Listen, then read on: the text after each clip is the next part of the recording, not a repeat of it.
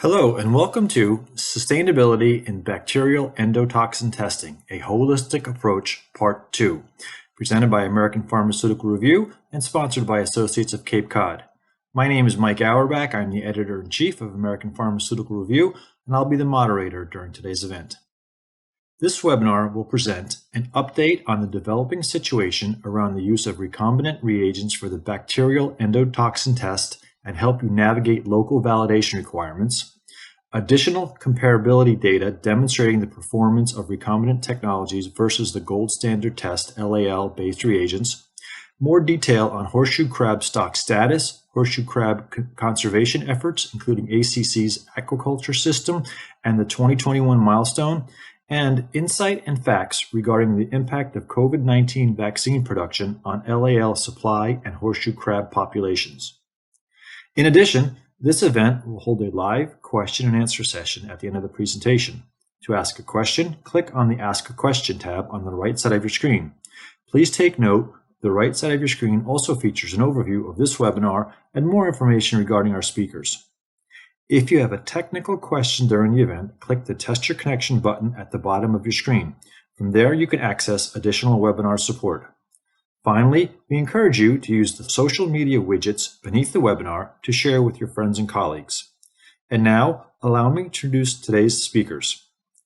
Veronica Wills is Technical Manager at Associates of Cape Cod and has over 13 years of experience in endotoxin testing and currently manages the global technical team at ACC and is based at ACC's U.S. headquarters in East Falmouth, Massachusetts.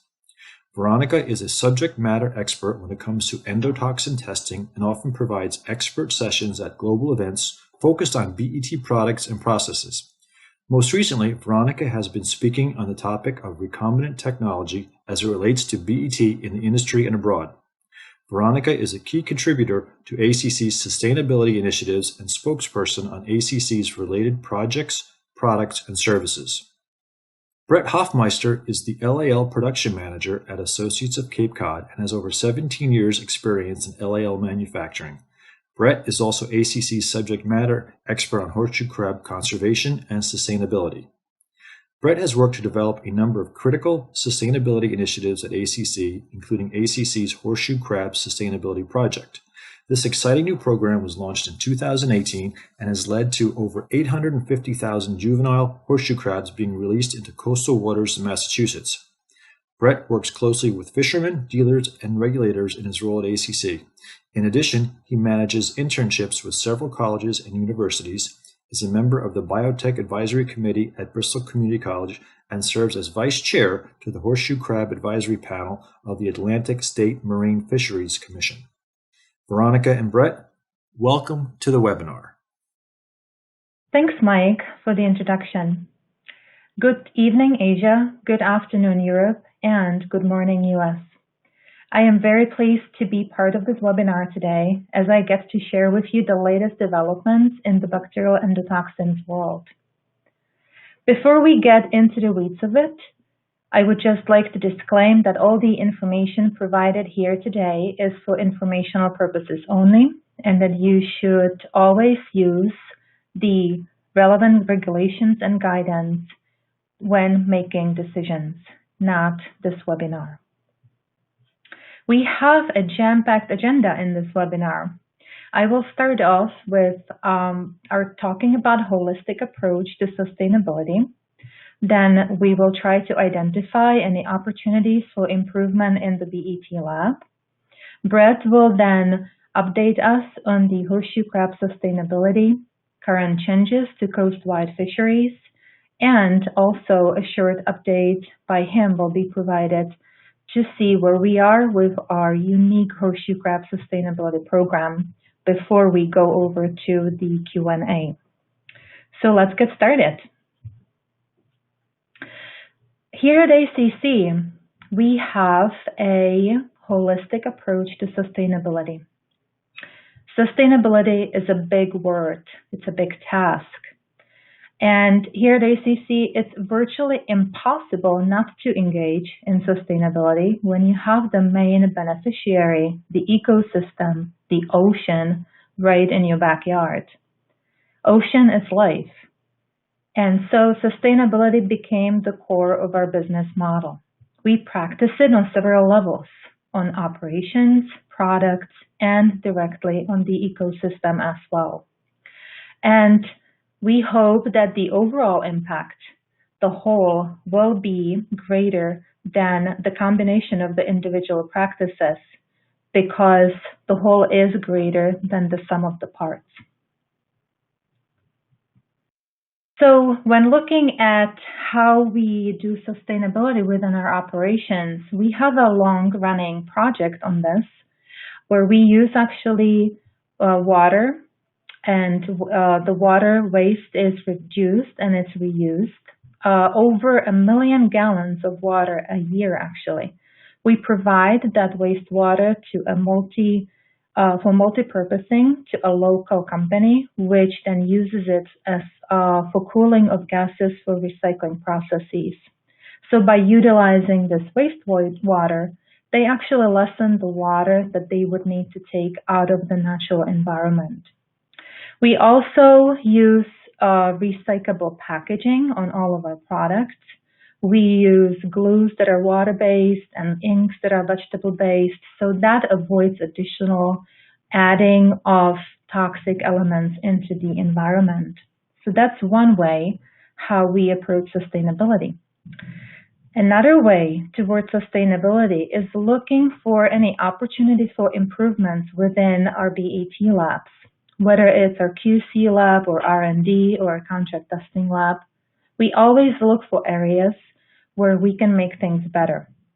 It could be improvement in the reproducibility of the testing or streamlining of the workflow process, shorter test to result, or improvement of the test itself, such as no cross-reactivity with beta-glucans.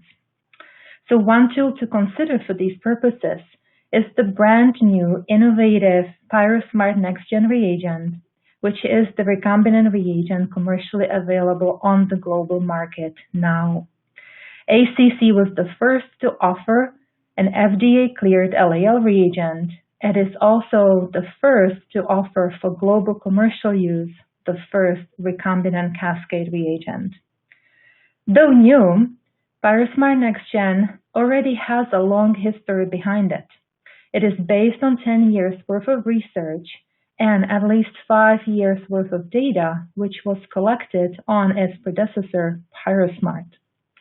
Pyrosmart has been available on the Japanese market since 2015, and it also was included in multiple collaborative studies and a large-scale suitability study. Throughout the pandemic year of 2020, we have been heavily engaged in technical transfer and the production scale-up of this technology in order to be able to share this product with the global user. And we're happy to say that as of April 23rd, Pyrosmart Next-Gen became commercially available on the global market in Asia, Pacific, Europe, and Americas as well.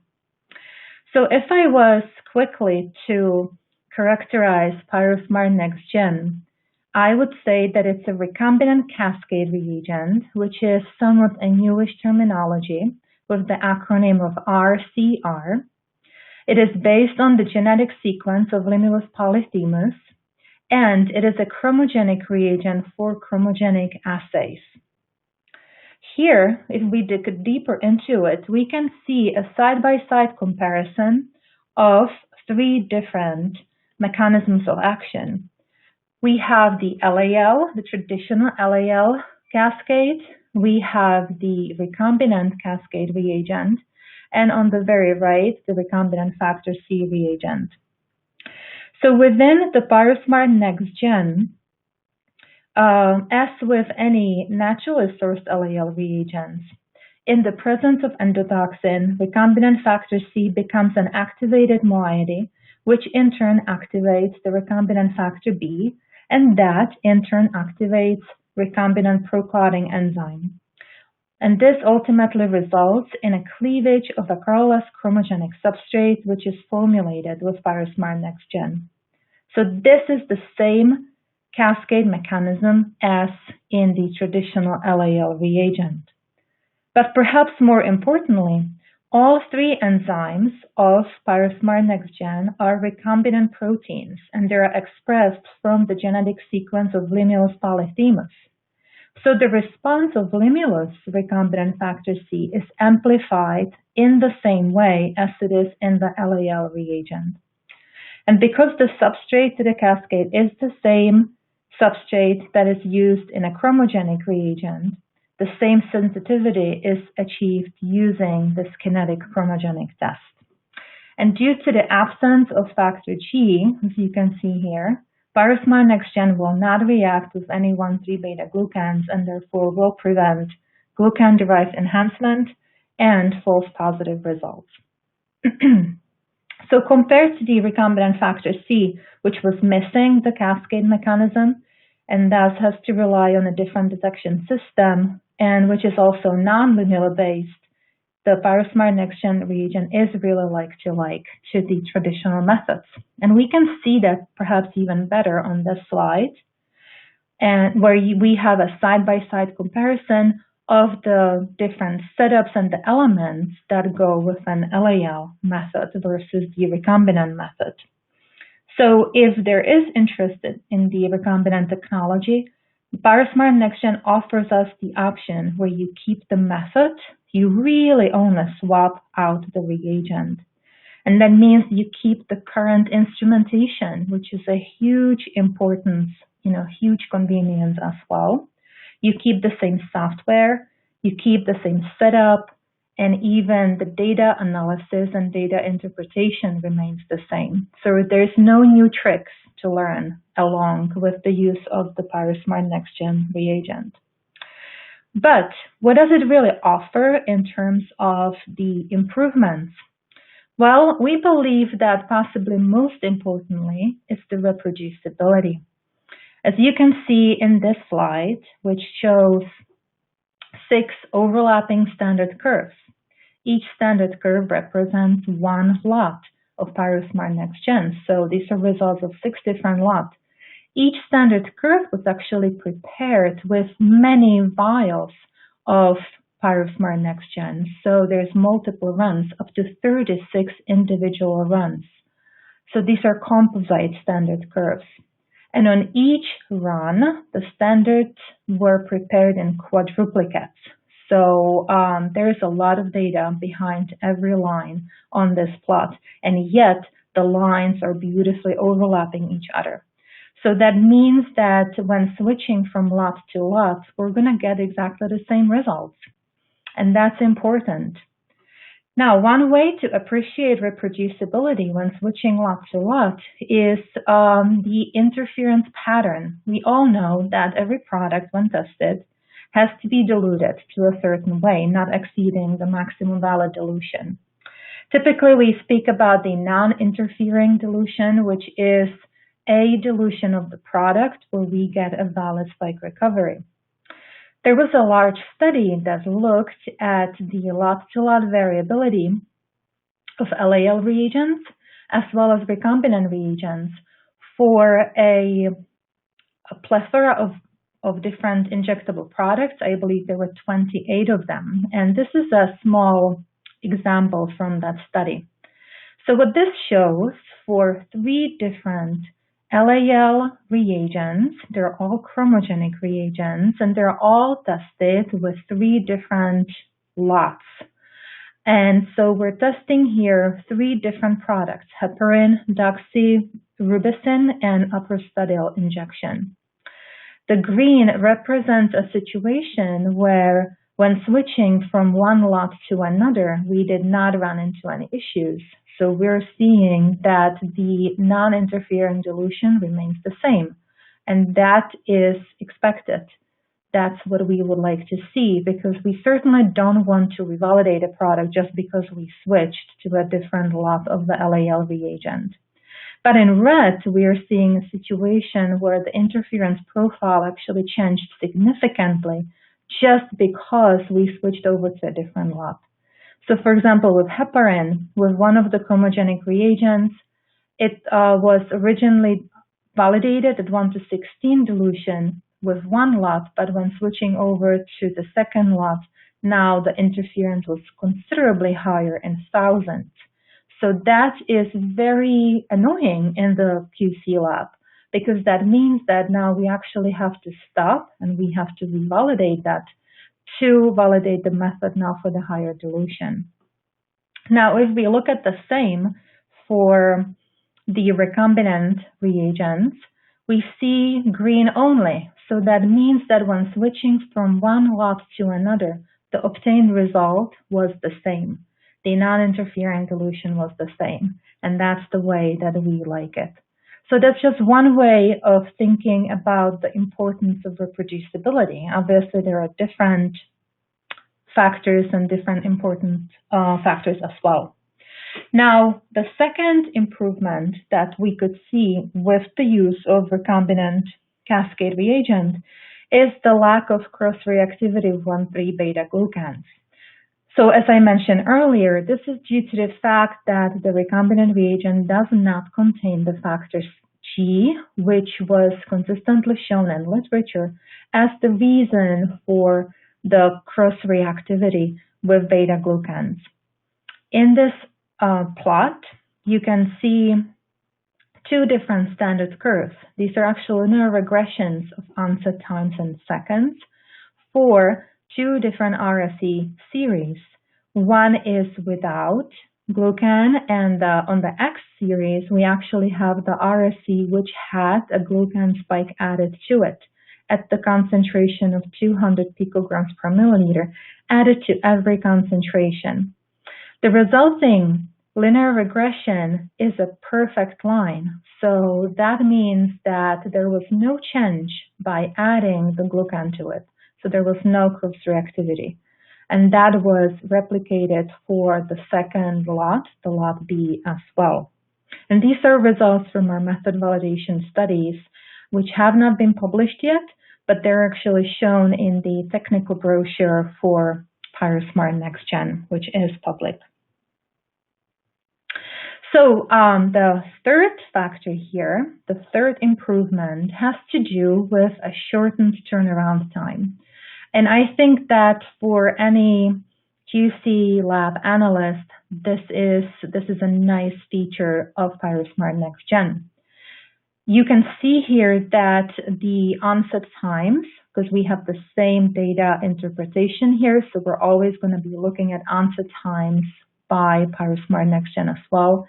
They are considerably shorter than the same onset times for the chromogenic LAL test for the same concentrations of RSE. So that means that the test is faster. That means that I will get to go home sooner because my test is now going to be finished in 35 minutes rather than in 1 hour or more. So I'm going to get the same valid standard curve with negative controls separated, but I'm going to be able to do that in half the time. So if we actually look at that side by side, how long does it take from test to result to actually get the result and be able to go home? We have it on this slide, where on the left you can see the time needed for the test when we're running the chromogenic LAL, and on the far right we have the time needed to run the recombinant factor C reagents, and with Pyrosmart NextGen in the middle. Now, the preparation steps are the same between these assays, especially for the preparation of dilutions of standards and samples and preparation of PPC. So those times are assumed to be all the same between all three different types of assay. You can also see here that the preparation of the reagent itself between the LAL and the Pyrosmart NextGen is identical. It just takes a simple addition of a reconstitution buffer and then waiting for 3 minutes for it to fully reconstitute. While with the recombinant factor C assay, there is a multi-level step that requires a combination of 3 components to prepare the reagent. The delivery of the reagent is the same as well. So all in all, Pyrosmart NextGen is going to take us around 60 minutes, and that's reproducibly 60 minutes every time we run it, every time we prepare the test to actually get the results. With the LAL test, it's going to be 85 minutes at least, but possibly much longer, and that will be different with each lot number because of the lot-to-lot variability. Now with the RFC methods, because they are 60-minute endpoint runs, that will take us probably around 110 minutes, or we can shave off some time if we use a microplate that has predisposed CSCs on it, which will definitely save us some time. But overall, Pyrosmart NextGen is the fastest type of an assay available, while getting exactly the same type of method. So while running a kinetic chromogenic assay, so not having to replace a recombinant test by using a different method, which always will create another problem. We're going to have the same mechanism of action. We're going to have the same signal. And that actually has huge implications for equivalency testing as well, which we will discuss shortly. Now, all of this comes with exactly the same quality of the reagent. So we maintain exactly the same quality standards for the recombinant reagents as we do for the LAL reagents. Currently, the FDA does not license the production of recombinant reagents, but we proactively decided to manufacture Pyrosmart NextGen under the same cGMP conditions, and plus additional requirements that actually apply to recombinant protein production. And I'm not going to bore you with all the details of what those are, but there is actually a lot of additional requirements that go into that. So quality obviously matters. And again, it matters as well as in terms of the equivalency, because when we run equivalency, we're going to be looking at what does Pyrosmart NextGen reagent do compared to the LAL reagents. And so we want, obviously, both of those to be as close as possible. And we want those to be quality-wise up there as well, as close as possible. So let me share with you some initial equivalency results that we have obtained through our validation studies. We did a lot of equivalency testing, but here, just to show you very quickly, we're sharing actually what could be possibly the most interesting part of that, which is testing samples that contain real endotoxin in them, because we believe that's of most interest. These samples were deionized water samples, and we took them because they contain real endotoxin. And in addition to that, we also tested a culture supernatant of E. coli, O113H10. And all of these, as you can see, were tested by a panel of different reagents, Pyrosmart NextGen, 2 different RFC reagents, and 2 different LAL reagents, chromogenic and turbidimetric. Because the LAL reagents are the predicate method, the golden standard, we used a mean of them to then later on calculate the relative recovery, which is the recombinant reagent result divided by the mean LAL result times 100%. So those relative recovery values are shown on the right. Again, green represents good, red represents recoveries that are outside of the acceptable range of 50 to 200%. So Pyrosmart NextGen results are clearly all in green. The relative recovery is actually between about 86 to 137%. So that actually matches exactly on the nose the determined accuracy of the test, which is about 80 to 140%. So there is no indication of underdetermination by Pyrosmart NextGen. So this is very much encouraging data, but we understand that that's just the tip of the iceberg. That does not speak completely to equivalency to Pyrosmart NextGen. And because equivalency or comparability is so important, because a LAL test is a safety test. We take that very seriously, and we developed an evaluation program because we decided that the best thing to do is really to put the reagent in the hands of the end user, because the end user has the access to real drug products or medical devices that hopefully will also contain some real endotoxin. So with the access to the reagent, you can then determine the suitability of Pyrosmart NextGen for your product and its equivalency to LAL. And it's very simple. We provide you the reagent and the evaluation protocol, and you generate the data.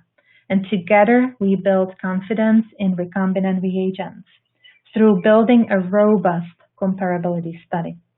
Such a study should be powered for appropriate statistical analysis and include suitably diverse samples that demonstrate broad applicability of Pyrosmart NextGen.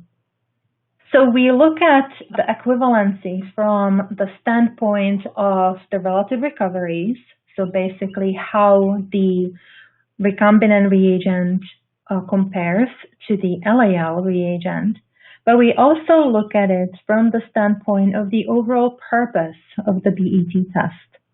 So at release, all test results are used qualitatively to make a decision on the batch release.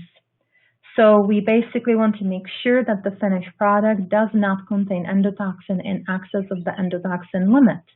And whether we're using a gel cloth test or any of the photometric quantitative tests, the results are actually used qualitatively. We use them as pass-fail results against the endotoxin limit.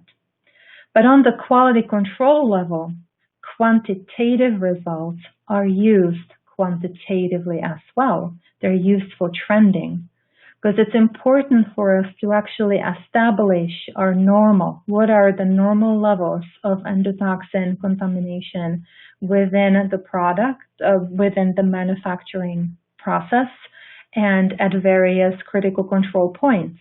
And once we establish that normal, then we can monitor that, and we can then obviously find out when the normal becomes abnormal, and then we can act on that. So the endotoxin test helps us to establish control of the production, maintain it, and continuously monitor that. And so we are hoping that through the evaluation program, we will ensure that the recombinant cascade reagent, Pyrosmart NextGen, will be shown to do the same job. Now, going back to the opportunity for improvement in the BET lab, last but certainly not least is the fact that Pyrosmart NextGen is a sustainable reagent. And that's something that is very important to many of us. It's a reagent that does not have any animal input. It does not rely on the natural resource. It is a fully recombinant formulated reagent. And we believe that it is a component of a much bigger system. It's a single component of our approach to sustainability, and we believe that as such LAL will continue to be used to ensure patient safety as well. So with that, I would actually like to turn the microphone over to Brett, who will share with us ongoing contributions towards sustainability within our ecosystem, as well as our local operations. So Brett, over to you. Thank you, Veronica, and good day, everybody. It's my pleasure to be here to talk about horseshoe crab sustainability. And as you know, naturally sourced LAL is derived from the white blood cells of horseshoe crabs.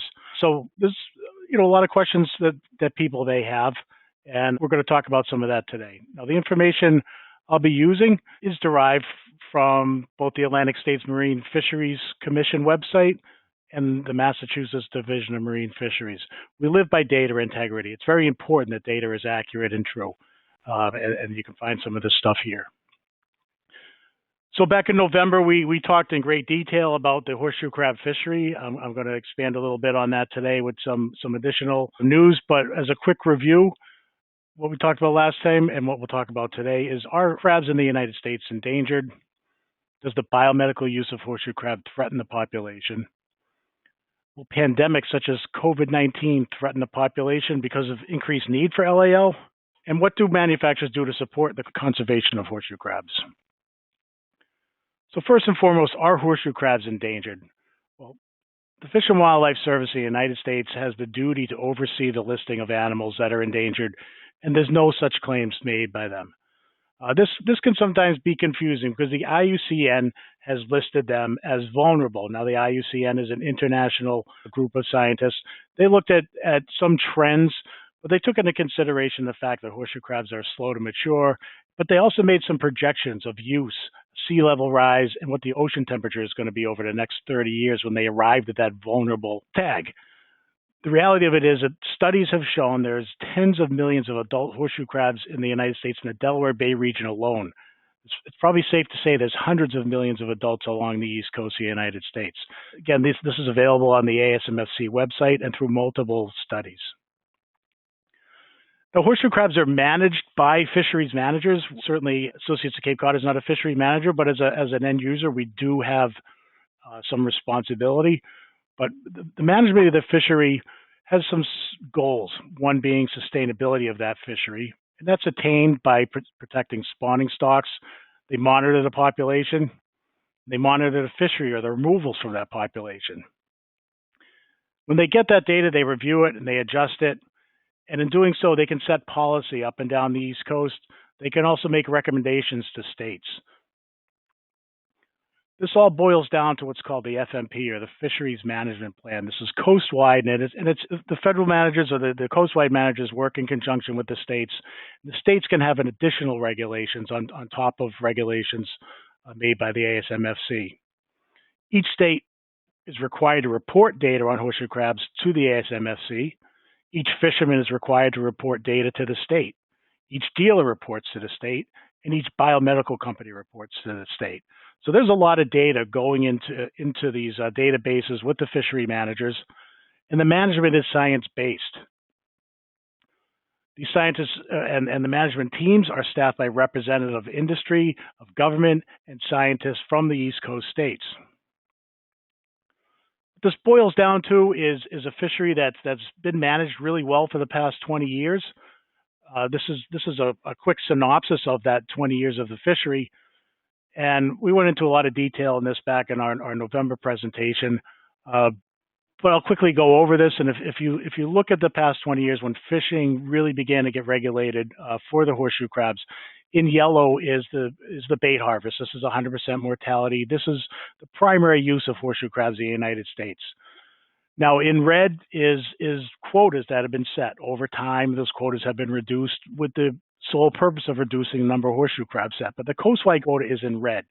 The states, in turn, as I mentioned, can set their own rules, and they have put in place additional quota requirements, and that's down there in the orange line. The blue line represents the biomedical collection, and the green line way down below represents the biomedical mortality associated with the collection. And that's estimated at about 15% for the purposes of management with the ASMFC. The black line that goes across is what's called the biomedical threshold. This is a trigger that managers use that if the biomedical mortality exceeds that threshold, they take a look at the fishery as a whole and decide whether or not management measures need to take place. So when you really look at this, if I was to put a trend line on that, you would see that there's been an overall great reduction in the number of horseshoe crabs removed from the fishery over time. And that's the purpose of the FMP, is to, again, protect those stocks, manage the fishery, and measure that data and react to that data. So it appears right now that the fishery is being managed well, and they're achieving the goal of an overall reduction of take from the population. Now, some of the conservation efforts in the United States as a result of the coastwide management and the state managements include such things as size limits, lunar closures or prohibitions around peak spawning periods. There's a male-only fishery in Delaware Bay. There's prohibitions on bait fishing in some areas or some states. There's protected areas or sanctuaries that are off limits to any sort of fishing. There can also be daily limits in catching or trip limits for boats that may go out for more than one day at a time. There's self-imposed quotas, there's limited permitting, and there's more. Massachusetts, for instance, encourages the uses of bait bags to reduce the number of horseshoe crabs that are required to be used for bait. So what this oil boils down to in a summary during the benchmark assessment is a data set that results in this stoplight representation of the fishery. So up and down the East Coast, they take this data and they assign a green as increasing trends over time. The yellow would indicate trends that are rather stable. There's up and down. It's kind of a mixed bag or status quo. And then you'll see in red in the New York region, which consists of New York and Connecticut, there's downward trends. So there's a little bit reason for some concern in there from the viewpoint of the managers. Now, I will note that in 2009, the Northeast region was in red and the New York region was in yellow. So there's been a reversal in trend here. Some of that is due to fishery practices that have taken place. So in Massachusetts, as a result of that trend in 2009, some additional regulations took place, and they've limited some fishery. And this is a good look at some of those limits that happen. So this is a map of Cape Cod, where Associates of Cape Cod is located. This is where about 90% of the horseshoe crabs in Massachusetts are landed. About 86 of that is landed in the southern part of Massachusetts in Nantucket Sound and Vineyard Sound. But if you look at it in green, we've got the Cape Cod National Seashore, which is off limits to the harvest of any sort. Down in the blue is the Monomoy National Wildlife Refuge. Again, this is an area where no fishing of any sort can take place. It's also an area where great sharks or great white sharks frequent, so I think anybody who would fish there would be a little crazy. But nonetheless, in red, we also see an area called Pleasant Bay, and this is where biomedical harvest only is allowed. And this is an area that we were partnering in shutting down to the bait industry. It's a critical habitat for horseshoe crabs. It's a sensitive ecosystem, and there's no bait fishing allowed there, but there is biomedical fishery. Massachusetts also instituted lunar closures. So the model around this says that the horseshoe crabs are going to spawn on the new and full moons of every month. And these are when the greatest tides are and when the greatest spawning activity happens. So Massachusetts prohibits fishing of any kind for horseshoe crabs in and around the first 2 days before, the first 2 days after the new and full moons. So this results in about 10 days a month where there's no fishing of any sorts allowed for horseshoe crabs. And again, the intent of that is to protect the spawning stocks, allow the crabs to spawn and reproduce. Well, the results of that can be really encouraging. Now, this is one of several surveys in Massachusetts, but this is a survey out of Nantucket Sound where 80% of the horseshoe crabs are taken. And we can see the trends are really excellent. They're encouraging. They're very good. If you look closely at the graph itself, you can see if you look at around the year 2009, you can spot those downward trends that were identified during the stock assessment. Management actions took place. They reduced the catch through quota reductions. They instituted those lunar closures, and we closed Pleasant Bay to bait harvest. And then since then, we're seeing these upward trends, and we're seeing horseshoe crab populations greater than this is a 40-year time series. The past 5, 6, 7 years, it's been sustainable. We're seeing record numbers of crabs in these surveys, and this is really encouraging. We're also seeing this in the spring and the fall, so it's sustained, it's positive, and it's real. This is very encouraging. Now, some of the changes to the coastwide fisheries as a result of the last stock assessment, we see that New York is now going to instate those lunar closures, the same as Massachusetts and Rhode Island have.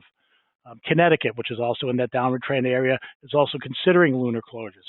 And I'm just going to make note here that biomedical companies are not operating in these areas either. So this is a bait fishing only. Biomedical companies are not operating in these areas. There's other measures on the table that include reduced harvest. There's a number of ways to do that. Protection of spawning areas and beaches. And again, we've seen this in Massachusetts and parts of New Jersey where they have sanctuaries, and parts of Delaware we have sanctuaries to allow these animals to spawn and live undisturbed. These are good things. Rhode Island, which borders Connecticut and Massachusetts, has also pretty much eliminated harvest for bait. Although they're considered in the New England region, they've taken the motions to reduce the bait to almost nothing. They have a very small bait fishery and a very modest biomedical fishery in Rhode Island. So then one must ask, does the biomedical use of horseshoe crabs threaten the population of horseshoe crabs? Well, we know through the data, we know through the ASMSC that biomedical losses are modest. They're less than 13% of the bait landings, which of course is 100%. This is assuming that 15% bleeding mortality. And again, that's used as a management tool. I think that the actual mortality is significantly less. There's data to support that. There's a study done of over 175,000 crabs that were tagged in the Delaware Bay region by biomedical companies and researchers in that area. Roughly 70,000 of those crabs were bled in the biomedical companies, released, and over time, over years, it showed that the survival of those is actually better, or at least equal to those of the unbled crabs. So the control group didn't do as well as the bled crabs, and that surprised a lot of people. And really, a lot of that was attributed to the fact that the animals are being taken good care of. They come into the facilities healthy, they leave the facilities healthy. This is part of the management of that fishery and our responsibility to make sure that we take good care of them. So we know the horseshoe crab populations are growing in many areas of the U.S., including the areas where biomedical facilities exist. Now, I had the pleasure and the opportunity to go to China in 2019 to the 4th International Workshop on the Science and Conservation of Horseshoe Crabs. And there was U.S. Geological Service and Fish and Wildlife Service had done a study on horseshoe crabs. And interestingly, they came to the conclusion that the experiment did not support the hypothesis that biomedical harvest of limulus significantly limits the population growth. And this is in line with other studies. Local abatement populations could be vulnerable, and higher levels of biomedical harvest could show a population level effect. Again, this is something we're aware of. In Pleasant Bay, it's important that fishery is looked at, that data comes out of there, and that it's managed. We know that humankind's footprint can affect these animals, so we watch that. Managers watch that.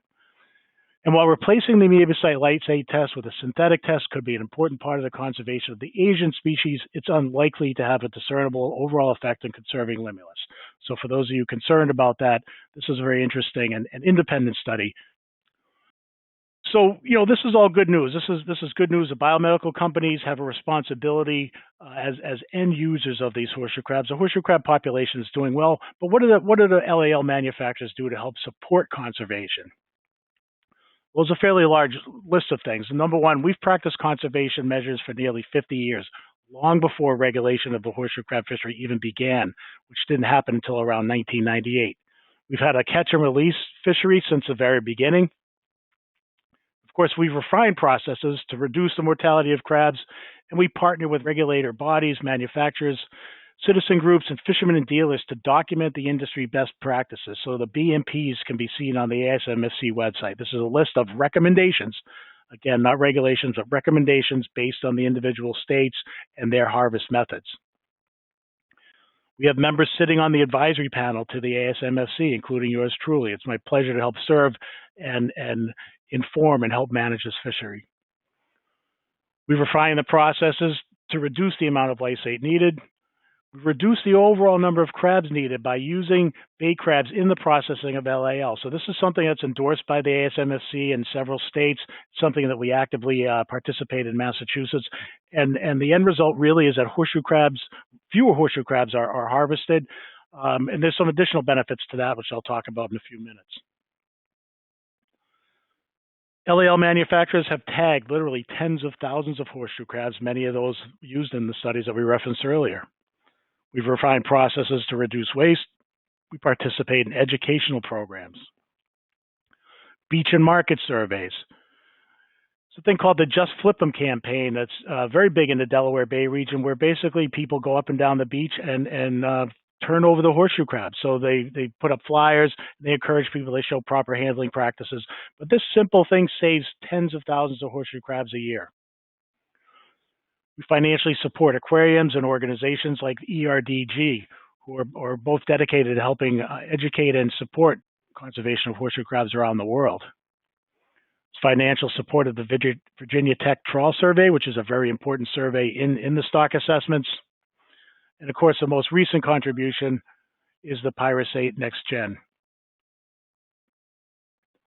Now, ACC has taken this a step further, and I'm happy to say I'm a intricate part of the operation of our sustainable horseshoe crab sustainability project. This is the first large-scale in vitro fertilization of horseshoe crabs. This is something that we're able to utilize bait crabs that come into our business. So again, we're using that, what we call the rent-a-crab program. Crabs that are destined for bait come into our facility. We're able to take a little bit of blood out of them to make LAL, and then we worked with the fishermen, we worked with the dealers, and they said, hey, do you mind if we take a teaspoon or so of eggs? We take a few grams of eggs, we can harvest the gametes from these animals and fertilize them in vitro. It's really a cool process. Doing this in the lab gives us the ability to monitor them, and as these eggs start to grow, we can cull them out and bring them to the next step. So after about a week or so of being fertilized, or after being fertilized, in a week or so, these eggs are going to swell up, and you can start to see they get this little crystal ball appearance. And in this video, you can see that the horseshoe crabs are alive inside this egg. They're going to molt or shed their shell about 3 times before they burst out of the shell. And this is going to take another 2 or 3 weeks. But during that time, it's really fascinating to watch. It's very alien. It's kind of creepy sometimes, but really cool to see these animals growing inside, and then boom, they'll burst out of that. So we help facilitate that by moving these fertilized eggs and swollen and fertilized eggs. We can sort them out, and we put them into these hatching jars. These are commercial hatching jars called McDonald jars. They're used on trout farms and salmon farms and things like that. They supply clean, oxygenated water to the fertilized eggs. And as the horseshoe crabs burst out of their shell, they enter that water stream, and they exit through the little valve at the top where we can catch them in a net. But tens of thousands of these crabs can hatch within a few hours. It's really neat to see. This is when in the wild they're at their most vulnerable. You can picture this in the wild. There's clouds of these horseshoe crabs larvae floating in the ocean. They're being eaten by fish. They're being eaten by birds. They're being tossed up on the beach. The real advantage that they have when they're in the lab with us is that we're able to protect them. None of that is happening. The vast majority of these animals that survive in this jar, that hatch, are going to survive into the next step. So those larvae are essentially plankton. They're floating in the water. In the lab, they're swimming around, and then they're going to molt. They molt again, and now they have fully formed telsons. They have a fully formed mouth parts. They have fully formed digestive system. And in every sense of the word, they are horseshoe crabs. They look like horseshoe crabs. They act like horseshoe crabs because they are horseshoe crabs. At this point, they can feed themselves. They can right themselves if they flip over. And most importantly, now they're benthic. They're no longer in the water column. They're gonna burrow themselves in the sand and protect themselves. So it's at this point that we can release them, and literally release them by the bucket load. In this video, you can see this is about 5,000 horseshoe crabs. This is a stage when we release them. They're about the size of a pencil eraser, and it's really cool. Typically, we'll release maybe somewhere between 15 and 20,000 to the bodies of water where the state has indicated that we're allowed to release them. But this is a really exciting project, something I'm proud to be part of, and a big part of our sustainability efforts. So we began this back in 2017 with a proof of concept process. We scaled it up in 2018. It was working really well. We decided we put in an application for a patent on the process. We also received a one-of-a-kind aquaculture permit from the Massachusetts Division of Marine Fisheries, or the DMF. Now, they put some conditions around that permit. Because the horseshoe crabs are predators of shellfish, we're limited to how many places we can put them, but the benefit of that is we can kind of watch over time and see what happens in those places. To date, over 800,000 horseshoe crabs have been released. So in a little over 2 years, we've released 800,000 crabs. I'm very proud of that. And I'm excited to say that later this year, we're going to reach our 1 millionth crab. Something that's a big number. I'm really happy to report that. Something that we're all excited about. And I think you can look forward to some updates on that in the future. And of course, with the ongoing news these days, and the last question I'm going to cover today is, will pandemics such as COVID-19 threaten the horseshoe crab populations due to the increased need of LAL reagents? Well, the simple answer is no. The horseshoe crab populations are stable. They're growing in many areas. If you're an LAL user, you know that a little bit goes a long way. Millions of tests are already performed annually, and there's a lot of inventory out there. It's the manufacturers create inventory to meet our customers' needs. That inventory is meeting the demands of the COVID vaccines and COVID treatments, anything that's being used by our folks in the medical industry right now. It's also important to note that the scalability of the pharmaceutical industry is substantial. if you're talking batch doses, you're testing batches, it can take roughly the same amount of LAL to test 1,000 doses of vaccine as it does 10,000. So that scalability is critical to the fact that there's really no impact on our industry. There's no impact on the horseshoe crabs. It's also important to note that not a single dose of COVID-19 vaccine has been delayed because of the lack of BAT reagents. So again, something we can be proud of. This is, after all, what we do. We've been down this road before. This is not the first pandemic. It will not be the last. This is what we do. We're very good at it. So wrapping things up with a holistic approach to sustainability, the whole is greater than the sum of the parts. In operations, I'll remind you that we recycle over 1 million gallons of water a year. We use disposable materials or recycle the disposable materials. We work closely with regulators, fishermen, and dealers. Our products use soy-baked inks and recycled packaging. Of course, we have our newest recombinant technology. And in the ecosystem, you may be interested to know that ACC's products are red knot safe because of our physical location. We're not in the flyways of the red knots. We don't use female horseshoe crabs from the Delaware Bay region. So we can proudly say that we're also red knot safe. The Horseshoe Crab Sustainability Project is a big part or a new part of our sustainability efforts, as is education. I'm happy to say that we go to a lot of schools, we work with a lot of universities, and we do webinars like this to help educate folks. So a lot of these data is available on our website. We have videos of our sustainability project. There's some additional reading material. And with that, I'm going to turn it over to question and answers. Thank you very much. Thanks, Veronica and Brett, for your very informative presentation. I'd like to remind everyone that you can submit any questions you have for our speakers in the Q&A box on your screen, and we'll get to as many as we can. So let's go ahead and take a look at our questions. And our first question is, do you expect an increase in LAL use in 2021 because of COVID-19? Yes, I'd be happy to take that one. No, actually, we're not. This year, as we're preparing for our 2021 season right now, the expectation is that we're not seeing any dramatic increase. Of course, we want to be careful, but we're not in any sort of panic mode or expecting any unusual increase in demand. Thanks, Brett. Let's take a look at our next question. What is the status of Pyrosmart in the U.S.? Does the FDA and/or USP allow for its use in GMP if validated in-house and then verified by each product? I will take this one, Mike. Pyrosmart Next Gen is an alternative test to the compendial test in the United States, and actually that's a global status as well. FDA and the USP, they both have guidance documents that were issued and where they describe the use of an alternative test following a full method validation.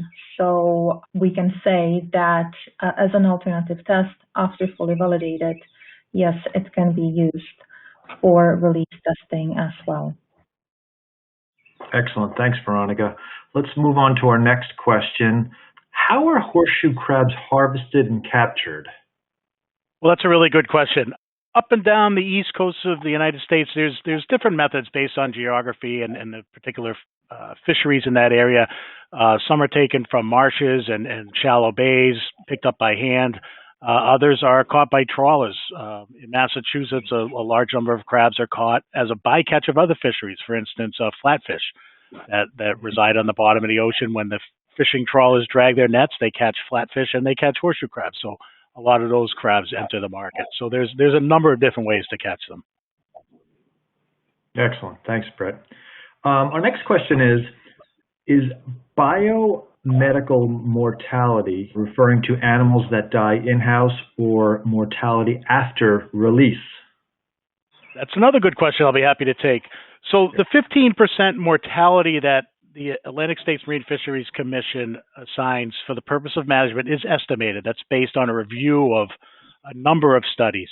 In addition to that, observed mortality would be recorded as part of their data. So if we see a crab expire in the lab, we're required to report that. So the overall mortality is a combination of those two. I will say that it is highly unusual In fact, I don't recall ever seeing a crab expire in the labs. The fishermen take really good care of these. The 15% is undoubtedly on the high side. We know that there's multiple studies that show if you take care of these crabs, that the mortality is very low. Good question. Thank you for your answer. Let's move on to our next question. If Pyrosmart Next Gen is insensitive to glucans, how can I measure glucans? So that's a great question as well. So glucans can be measured and should be measured directly if we are interested in seeing whether there is a glucan contamination in the manufacturing process. And for that, there is a specific kit, which is called Glucatel. And so this kit relies on the use of the factor G and then the clotting enzyme, and then the same chromogenic substrate as is present in any other chromogenic reagent, including Pyrosmart Next Gen. So through this glucan cascade, we're able to measure glucans directly. And then through the endotoxin cascade, we're able to measure endotoxins only. So if we're interested in both, we would use one or the other, that is, they're applicable. Excellent. Thanks, Veronica. Moving on to our next question. What is the sensitivity of this kinetic assay with recombinant cascade reagent? Is there any reagent for kinetic turbometric assay? Okay, I will take this one as well. So the sensitivity of Pyrosmart Next Gen as a recombinant cascade reagent is down to 0.005 EU per milliliter if we are performing the test in a microplate reader. And that's what a lot of people do. In addition to that, there is an option to also perform the test in the tube reader, which is called Pyrokinetics Flux. And in the tube reader, the sensitivity can be increased down to 0.001 EU per milliliter. So that's the same sensitivity, the highest sensitivity possible, to my knowledge, that is possible for the endotoxin test. And as to whether there is a turbidimetric recombinant reagent, there is not. And we don't believe right now that there will be a huge need for that. Turbidimetric as well as a chromogenic assay, they're both photometric assays. They're both absorbance methods. So the method of measure, the reader that is used for their measure is still the same in the plate reader. It would even be done exactly in the same or under the same wavelengths. So the difference is really only on the level of the substrate being used for the reaction. And in the turbidimetric reagent, the substrate is the coagulogen, so that's the natural substrate. That would have to be cloned in order to actually prepare a turbidimetric reagent. I don't believe that is a current project right now, but with the uptake of the method, we will certainly look into that in the future. Excellent. Thanks, Veronica. Our next question is, where is Pyrosmart Next Gen available for sale? Everywhere. Pyrosmart Next Gen is now available on the global market. So in the US, in Europe, and in Asia Pacific as well. Thank you. Thank you. All right. Our next question is it a regulatory requirement to include the rapid Pyrogen test when validating recombinant reagents as an alternative method?